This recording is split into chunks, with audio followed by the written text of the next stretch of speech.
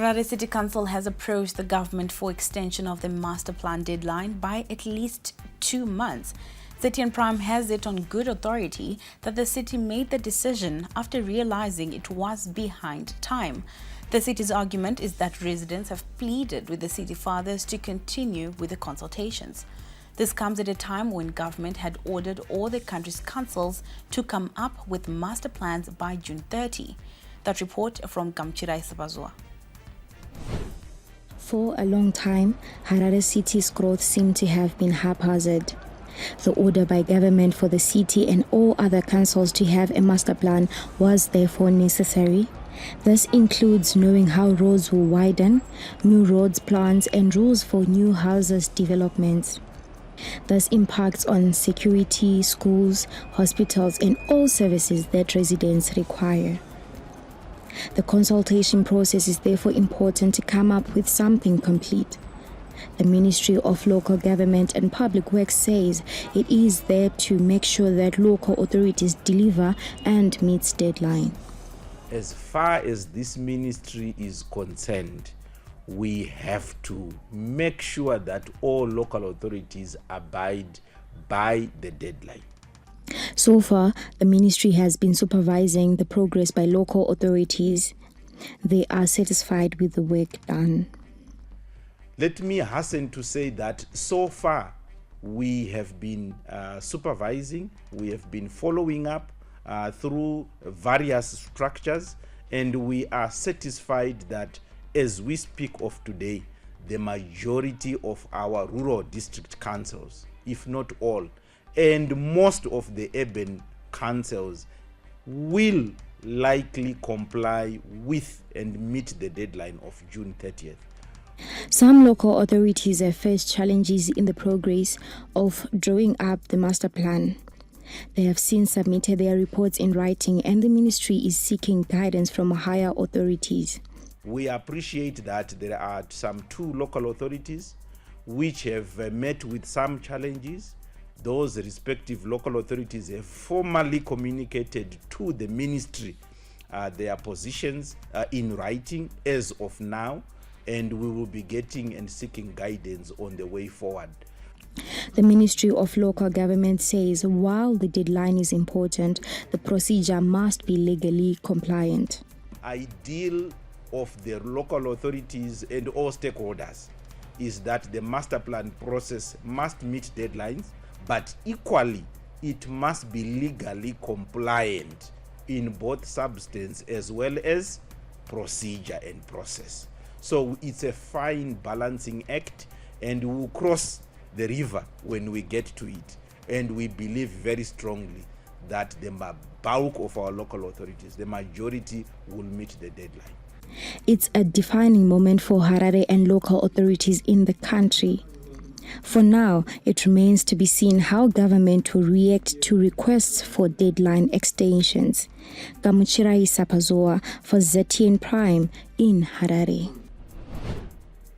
Staying with the story, we have on standby a town planning expert, Shingai Kawadza, to discuss this matter further. Good evening, Mr. Kawadza, and good to have you here on News Plus. Normally, how long do you need to come up with a master plan?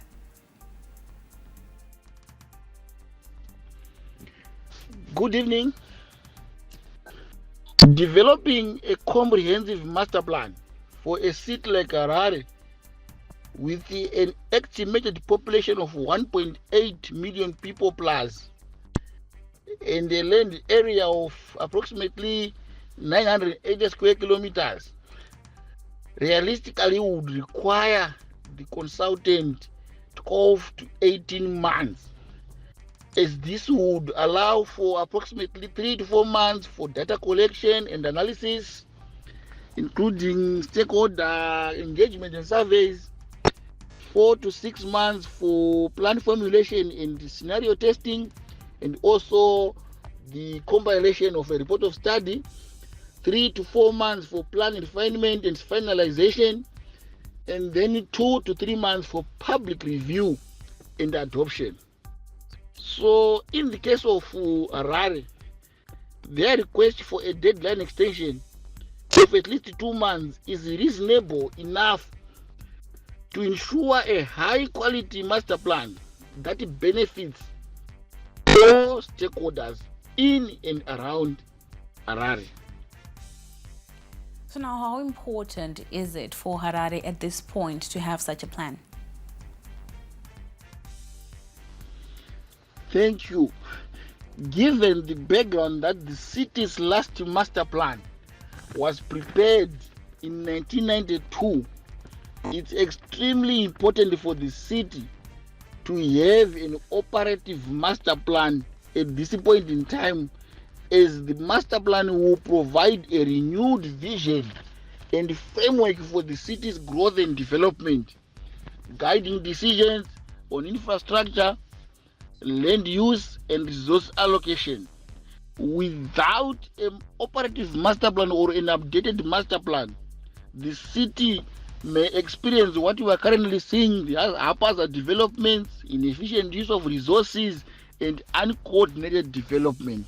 So I would say it's very, very important to have an operative master plan for the city for the time being, so as to have a renewed vision and framework that guides the city's growth and development. Now, Mr. Kawadza, before I let you go, in terms of investment opportunities, does it put cities and towns in a better position if the master plan is in place? Absolutely. Having a master plan in place for either a city or a town puts them in a better position to attract the much needed investment that can steer local economic development. Remember, a master plan on itself demonstrates a clear vision and strategy for growth, making it more and more attractive to investors. It further also provides a framework for sustainable development, ensuring that investments are aligned with the city's long-term goals and objectives. So ultimately, this can lead to a more effective use of resources, an improved infrastructure, and enhanced economic growth. A big thank you to Shingai Kawadza, the town planning expert, giving us his insights following the city father's request to have their master plan deadline extended. Now, the government of Zimbabwe has signed contracts with Kwangu Kwame Presidential Title Deeds Program Trust, meant to bridge the gap between the government and the financial sector.